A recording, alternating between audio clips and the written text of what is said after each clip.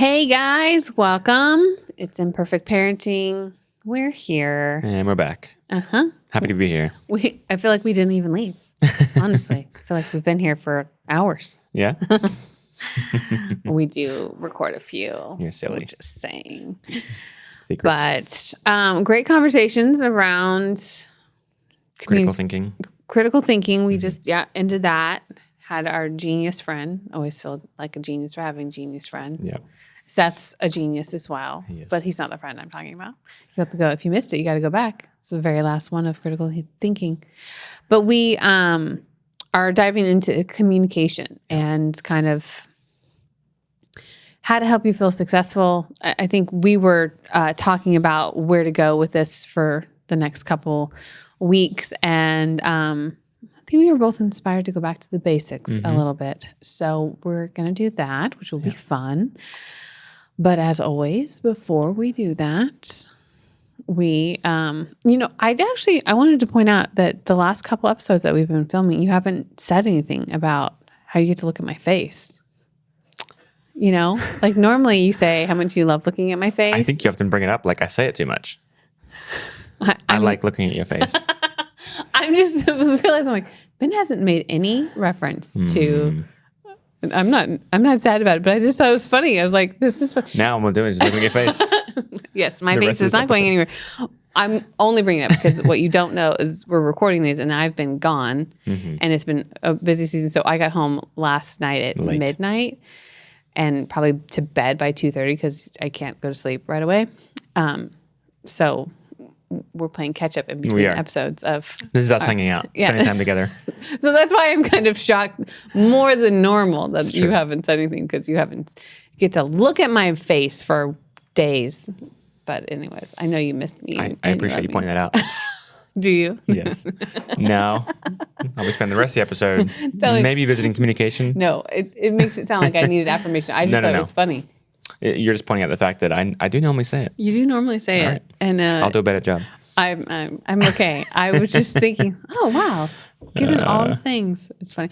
But I did miss your face. I love you too. When I was gone. Thank you. And I told Ben off camera, we'll go back to our meme, I promise. It's just random thoughts that I was having. As Adeline has always been a sleep talker, and I haven't slept in a room with her alone in a while. We went to somewhere, and they all slept in like the living room of the hotel type of situation, 2-bedroom, whatever we had. And but I slept in the same room with her, and she still talks in her sleep like crazy. And she was laughing out loud, and it just made me giggle thinking about all the stories that we have with her, scaring people. So is this where I say you're welcome? That I don't do that? Well, I think we need to prepare her husband for whenever he shows up. Just sleep with earplugs. I don't really know. She thinks she's hilarious in her dreams. She does think she's so funny. It is pretty funny. I mean, that'd be a fun one day. If parents love to respond or share stories. I love the sleep talking or sleepwalking stories. They're some of the funniest ones with children. Adeline scared us a few times with her, what she does. And I think she scared Anna the worst, though.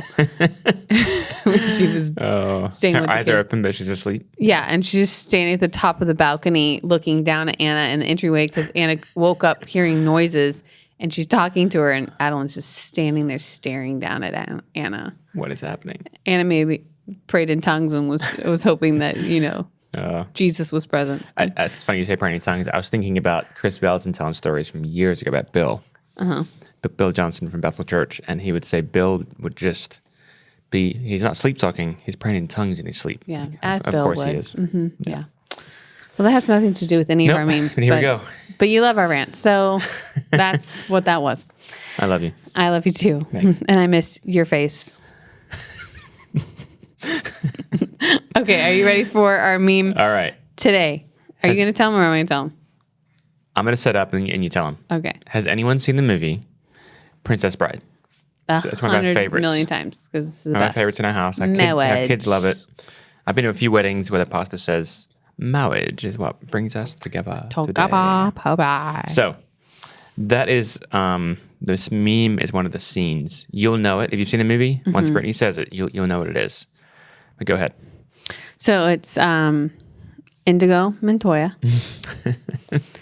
And it's hard to say that name and not finish it. You killed my father. Prepare to die. And Vincini. Mm-hmm. Wow, remember the names. We've seen this movie a million times. I hope that I know their names. Anybody want a peanut? Uh-huh. All right. So they're looking at each other. And it says, me, when my kids tell me she's cleaned her room. And then the two of them looking at each other and says, I do not think that means what you think it means, which is accurate to the communication of, did you clean your room? Mm-hmm. Yes. I actually love when Lincoln tells me he's cleaned his room and I go in there like, dude, this is awesome. Until I look underneath his bed or in his closet that I can't open anymore because it's been shoved to the brim. So the illusion of clean, I do not think this word means what you think it means, because that is not what happened. So anyways, great movie. We spent a lot of time on that meme, but that's funny. Getting to the meme. Yeah, well, you love us. It's all right. So we're going to talk about communication, break it down to a couple areas that we just thought were worth highlighting. I think it's a good place to just start to be aware of is this, we're trying to communicate with our kids because we need something, we're frustrated, we're trying to set a boundary, we're trying to, especially in like young stage toddlers, early elementary age kids, we use a lot of these tools that we'll go through in a second. But part of the success, a big part of the success of the exchange of communication and the process of doing this is the parent's ability to manage themselves. And so these tools were created for that reason. Like it's self-management. It's helping you stay in control of you because this person is going to do whatever it is that they want to do, out of control, crazy, fun, whatever. But it's frustrating to me. I have a different timeline. I have a different need. I need to create order and structure or whatever's going on. So we use these tools. But the big thing is self-control, which if you want this to show up in your kids and them to respond well to it, we have to lead. We have to lead in self-control, and that is really on the parents and an inside job. Yeah. And this is a hard conversation in the beginning for a lot of parents because I want results.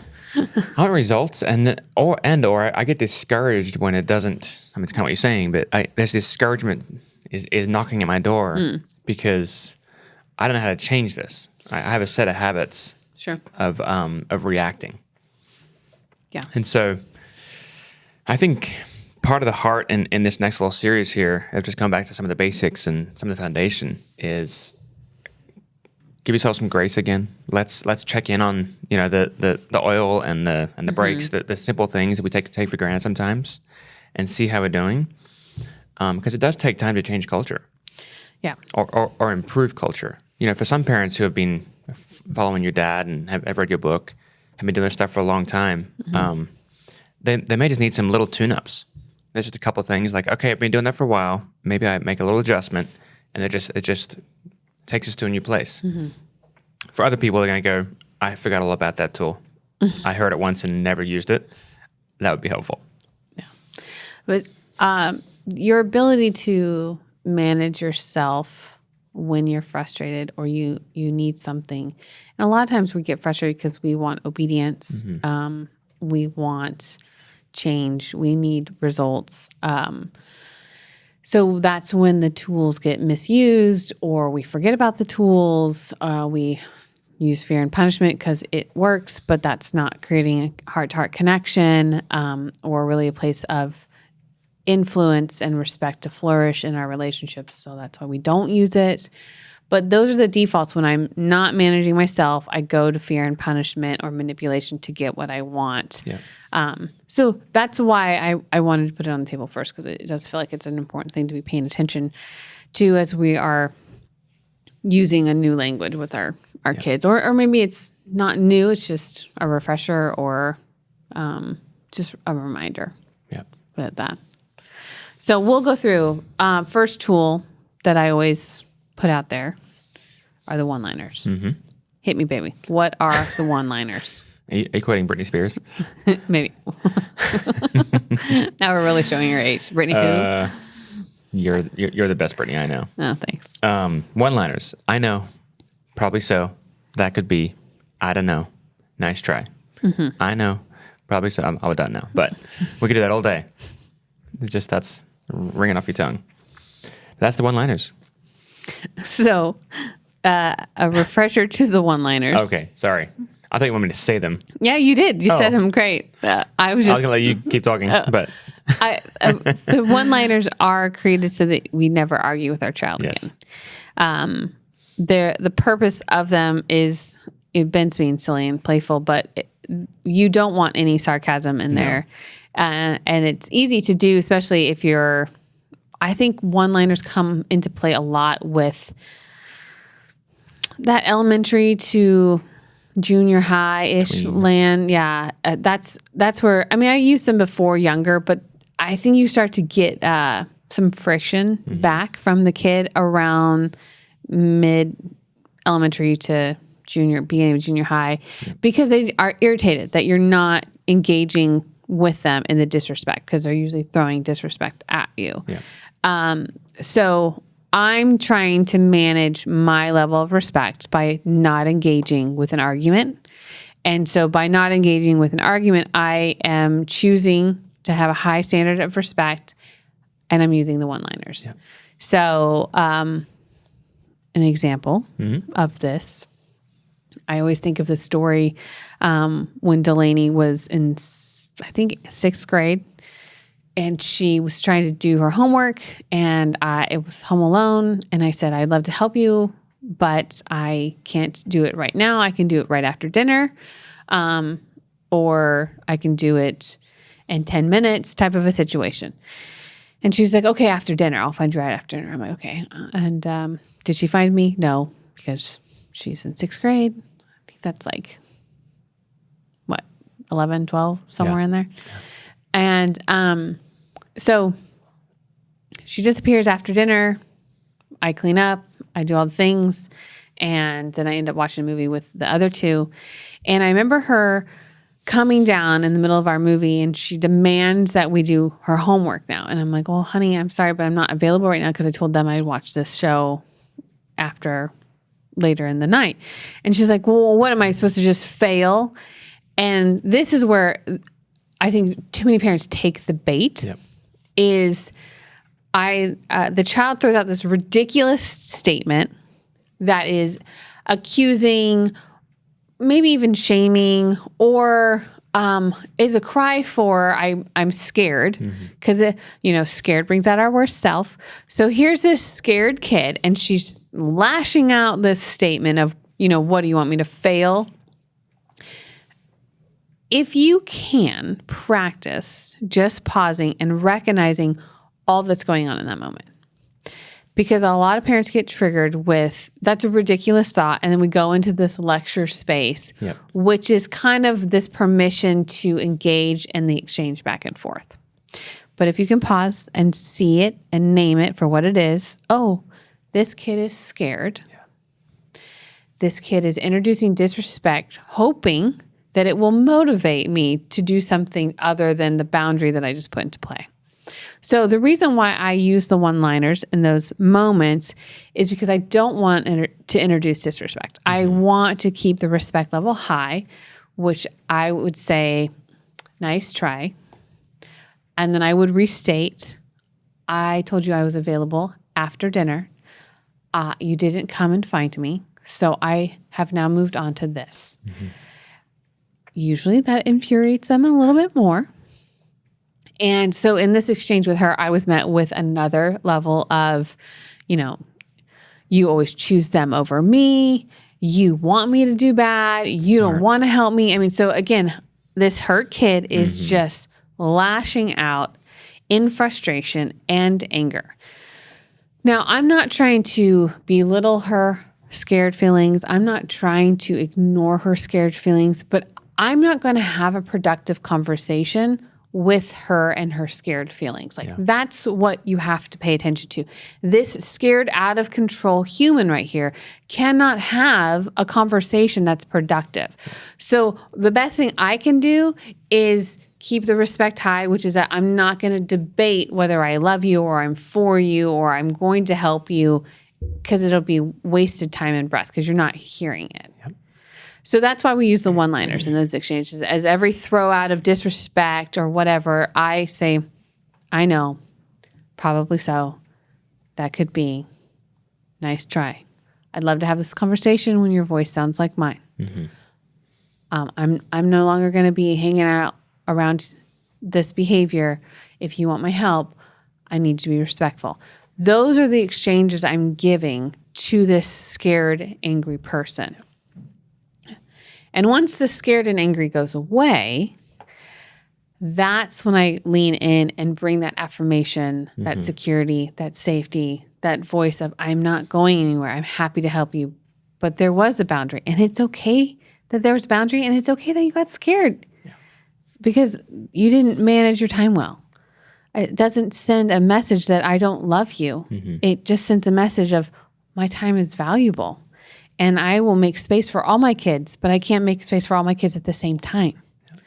So the story, how it goes, is there's a bunch of back and forth of disrespect. I use one-liners. Disrespect. I use one-liners. Let her know I'd love to have this conversation when her voice sounds like mine. She ends up stomping up the stairs, calls you, tries to get you to agree with how evil I am. Can you believe it? She doesn't want to say goodnight to me. She's still mad. So I said, I'd love to help you in the morning once we figure out this mess that happened. I'm awoken by these big brown eyes and bad breath at 6 a.m. in the morning because Delaney is ready to clean up her mess. And here is this, again, still scared, but not angry and disrespectful person. So I can hold her scared and do a really good job and encourage and meet that need. And it's so much nicer and more productive to do that when she's in a different state of not being angry and disrespectful. Because I don't have conversations with disrespectful people. I communicate my boundaries and I keep the respect high. So I'm looking for a respectful person, still scared. That's okay. I'm not afraid of the scared. And now we're in the space in which I made available to her. The only requirement is that we talked about like, hey, I don't want to do the disrespect, which she cleaned up before we moved on. Yeah. So that's the whole point of the one-liners is I'm navigating me in the midst of your crazy.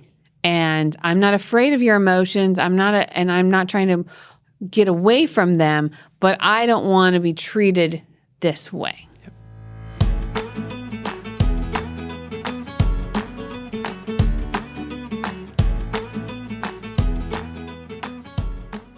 If you're ready for a life-changing transformation, head on over to KyloUniversity.com now and start your journey towards a more fulfilling future.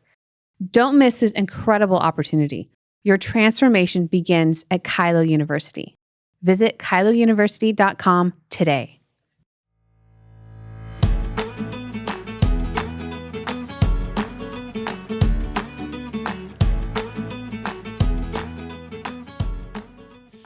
And kind of back to your point you made in the very beginning of this conversation about self-control as parents. That's what this is doing for us, is it's keeping us in control of us with this child that feels so out of control of themselves. And when we feel out of control, we want control over something. So we start controlling each other.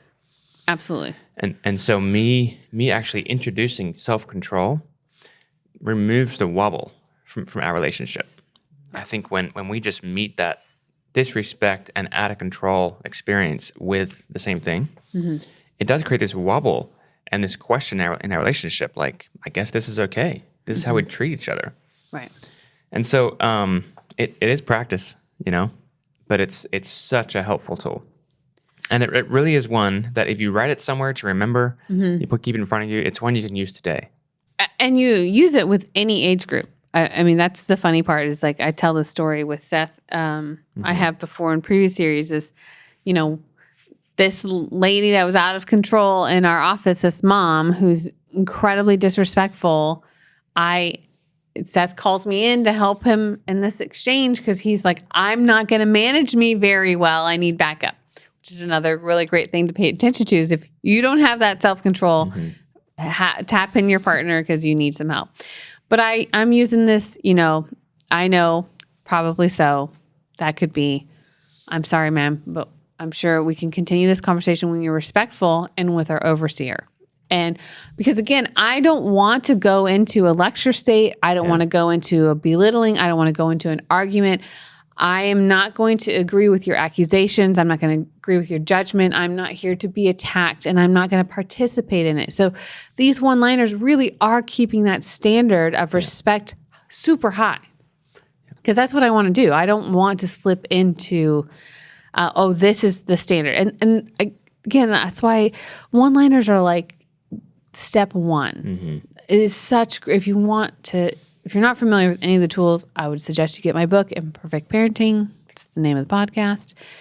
But the one-liners feel like the best one-step tool to practice if you are new or maybe you've forgotten them, have walked away. Go back to the one-liners. That's probably the best place to start, regardless of what age group you're dealing with. I think we can move to a few more here and keep talking through some of these. I think the thing to remember with everything we're talking about is if I can find empathy, meaning I'm understanding what's happening behind the curtain of this child's heart and mind, that they're scared, they feel out of control, they're believing something that isn't true because they're in this moment that really is just a moment. And if I can find empathy for them, I can actually deliver a different equation. Right. With like one-liners and different kind of questions than just reacting to what's happening because I think this is real. And I think trying to react with empathy and asking questions and doing all these things, that sometimes that works and sometimes it doesn't because they're in this reactionary space. So you have to gauge and you got to know your kids. Like maybe you can go ahead and tackle that heart to heart and see if you can connect. But if you can't, then you need to wait out the storm. Right. And you need to choose when I'm going to lean in because the part that's really hard is when you try and bring empathy and you try and bring connection and they're just not nice. Like we just had this the other day. I watched it happen with Addie. She was frustrated about a school assignment and she wanted your help. And so she's asking for your help. And then all of a sudden she's her insecurity is on display. She feels like she can't figure it out. She's stuck. She hates that. She hates that more than anything. She doesn't feel smart or whatever insecurities flaring up in her. So all of a sudden she turns to disrespect because she feels out of control. And then she starts getting a little tooty with everybody, which is, we're the ones trying to help and we're the ones being attacked, which is always how it is. But that's what happened is that she's not in her right thinking brain. And I watch you try and say, hey, honey, I'm trying to help you. It's okay. We're going to figure it out. I get you're frustrated. And so I'm watching you try and connect with her heart to see if we can pull her out of that space. Yeah. Or if we're going to have to introduce a boundary of, okay, I'm not going to participate in disrespect. I will come back when. And I think she adjusted pretty quickly, which is great because that's Adeline's hard struggle is that if she goes too far down that road, she gets real sassy. It's a little saucy. Yeah. And so then it's not very fun and we had to set a boundary, which is like, I'm not going to be talked to this way. I'm sorry. We can try again later. But I think this is the gauge of knowing, can I lead? Can we reconnect? Can I help you see truth? Okay. You're not in a thinking brain. Yeah. That's okay. I'm not afraid of your emotions, but I will not participate in disrespect. And it's okay. It's completely okay to set that boundary. And parents, we need you to set that boundary. Yep. You need to practice setting that boundary. It's not a message of rejection. It's actually a message of a standard in which you're holding. Yep. So that's my rant for that. But I think another probably great one that's like a phase 2 almost is that fun to be with.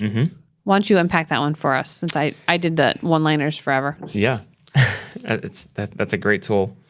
If you didn't hear it, one more time. I know, probably so. That could be nice try. I don't know. Write them down. Keep them somewhere close. Yep. This next one, it's new for a lot of people, or struggle for some, but fun to be with, really. And we started this with our kids at a very young age. And it's as simple as fun or room. When they're really little. You get to use hand gestures and facial expressions. Smiling, pointing at my smile. I'm fun, sad.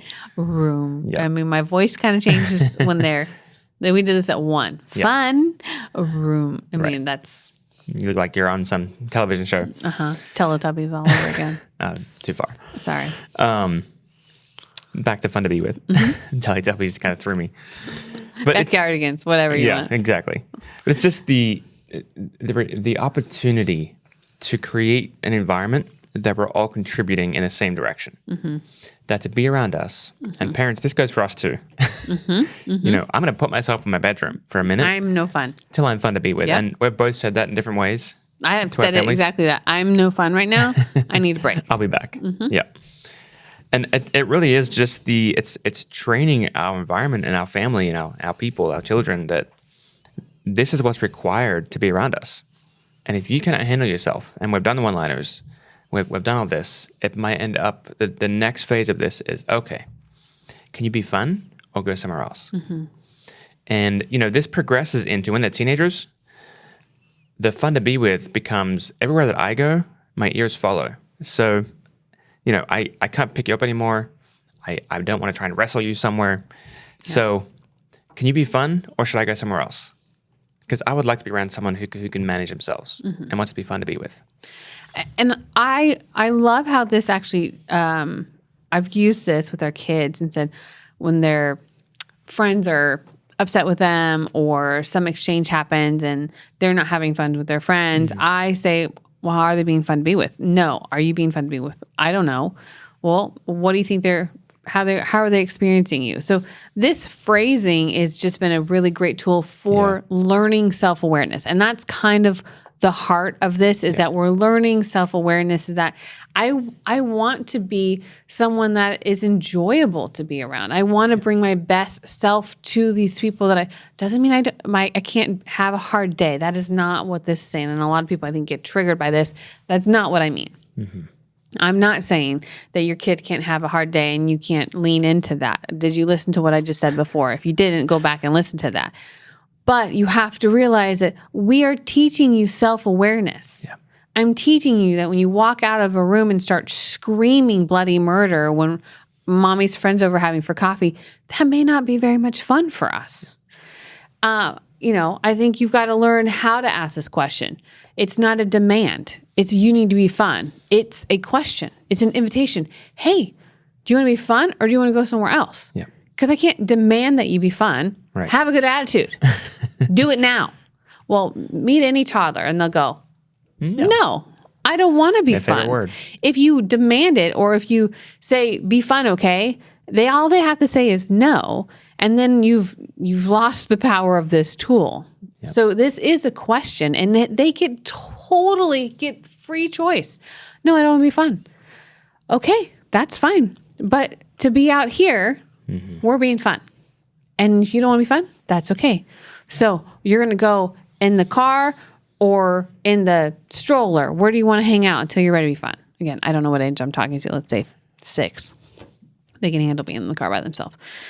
This is the point of, I don't know what you need, but you don't have to be fun. It gets to be a choice, but it's this practice of self-awareness. Yeah. And it's this practice of, you know, I don't hang out with people that are disrespectful. I don't hang out with people that are constantly complaining or critical or judgmental. I don't hang out with people that are constantly woe is me land, that are pity party. All of my friends, or someone that's angry all the time, all of my friends, and even you, have these moments. But I don't hang out with these people all the time. Like I don't have one of those people that is just, that's who they are in my life, because that's not fun to be around. Right.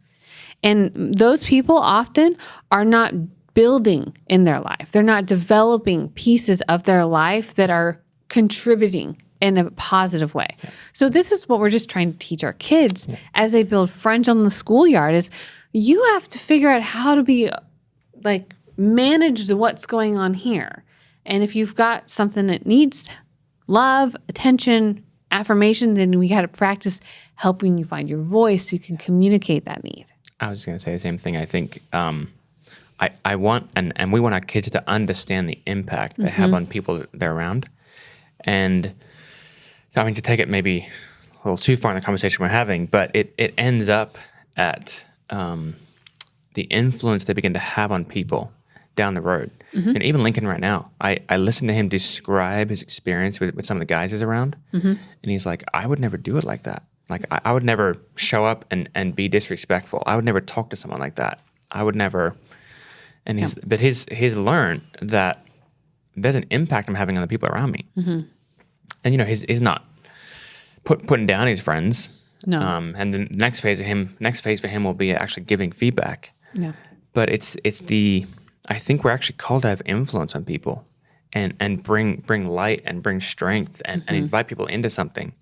And if we don't learn these simple tools about how I'm impacting those around me, I think we actually lose influence. Yeah. Well, it goes all the way back to our critical thinking too, is that we are building critical thinkers, which is I'm building people that are self-aware. And the goal of Fun to Be With is phase 1. And then we teach them, what is it that you need and how can I help you? Or, because when they say, I'm no fun, okay, what do you need? I'm hungry. Like we learned, and Addie learned in her little years, is that she would get no fun and she'd end up having to sit in the stroller when we were somewhere at the park because she was no fun. And then when she'd calm down and be ready to fun, I'd be like, what do you need, honey? She's like, I'm hungry. I'm like, oh, that's right. Addie gets hangry. Yeah. So we learned that sometimes we would say, hey, that's no fun. Are you getting hungry, honey? She'd go, yes. So we're both learning in this process, especially when she's really little. And we were just on this trip together and she's getting a little tooty with something and it wasn't even a big deal. But I was like, oh, when was the last time we ate? She's probably hungry. And then she ate 2 plates of food up in the United Lounge. So I'm like, okay, all right, this girl's ready to eat. But it's just it's a phase 1 to, you know, building momentum on that critical thinking, using these communication tools to help create intimate relationships with our kids to where we build trust and safety. And that is the ultimate goal. And we're using these tools in the process, starting with learning to manage ourselves at the same time. And really what we just did is the one line is me managing me. And the no fun to be with really is me helping you to learn to manage you. Yeah. And so this is the journey we're on. Give and take. Yep. So good. All right. Well, that wraps up. We didn't get to any questions, but we had great conversations and stories. Tools. Practical takeaways. All right. We love y'all, and we'll see you next time on Imperfect Parenting.